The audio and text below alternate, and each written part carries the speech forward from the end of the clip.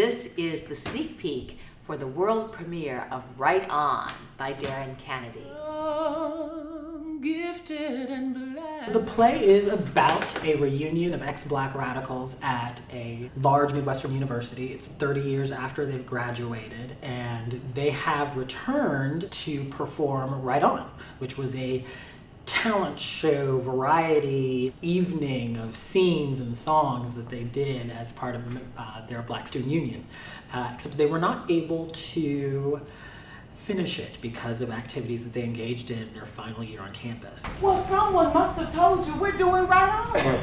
Come again? Well, it's homecoming. Everybody's back for their reunions. We figured after 30 years, maybe we could finish things up. Finish things up. Well, that's one way of putting it. Yeah, it is. It's about time folks knew what went down around here. She's someone who's dealing with a lot of hurt and betrayal, and in the end, she finds a way to overcome it all. The play deals with how she deals with her son, placing her ideals on her son instead of letting him be who he is. I was part of the funk generation. Hey! Good girls from New Mount Zion Church don't know nothing about no funk. Oh! Is that right? Well, I'll have you know one of my numbers brought the house down, baby. Come on, Mom, be for real. The identity, as Mama set up for him, is very much a cookie-cutter kid who, is top of the class. I'm not going to have you playing basketball, playing outside with the kids. You need to be studying, all these types of things. And that has created a kind of alter ego for Kyle, in that he wants to do all of those things because he's still young. A lot of the characters are reliving the age that he is in right now. So the mistakes they made and all that stuff, he feels like he can't make a mistake. Part of what drew me to the play was saying, how is it that if you return 30 years later, do you confront not only those ghosts, but where are you in relationship to the very principles you stood on?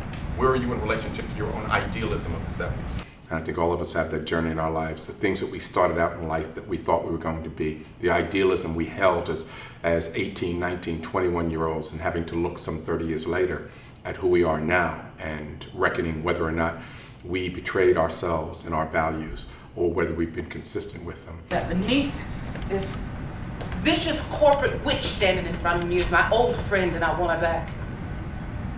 Patrice is a woman who has gone through her 30s and her youth, making mistakes that she's trying now to salvage something from by performing Right On. Bella is the closest friendship that she had. They grew up together, and when they parted ways, it was the most difficult rift that she experienced. If you've ever been in a theater in college, they can be any sort of space. So it's sort of a combined classroom.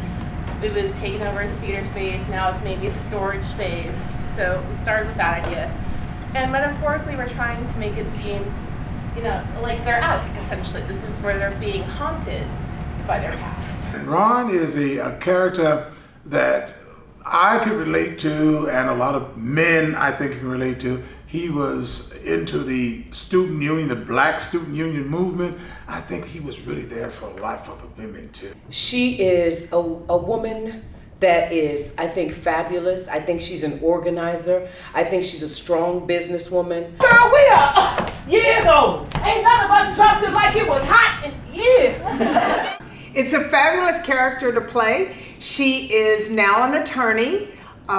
She's kind of the peacemaker in the bunch. Rhonda Briscoe, girl, where did you put the rest of you? Oh, honey, I laid it aside that way years ago. I had to catch me a man somehow, I sat in rehearsals every day, and I listened to these two geniuses, along with everybody else in the room, break this thing down. And I would just write what they said. And I would write, somebody said, oh, I was like, wow, that's really profound. And, oh, that's really good. And I came back and I said, Darren, Tom, look at this, what do you think? They were like, yeah, we can go with this. It's like, okay. This change inside of me, I'm breaking down walls.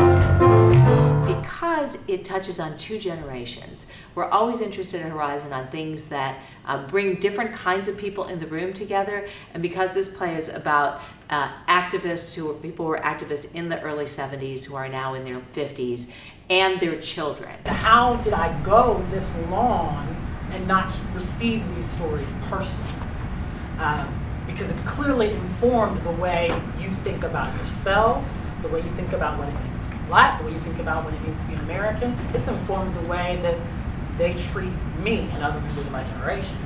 And so the play really comes from me working out that question of what do these things mean to people who went through them, and what sorts of pain or what sorts of experiences that are both bonding and separating do they go through that keeps them from communicating that, and what happens if you're forced to honor that and forced to go back and handle that unfinished business. It's about 2 generations of change makers, so come together to see the play.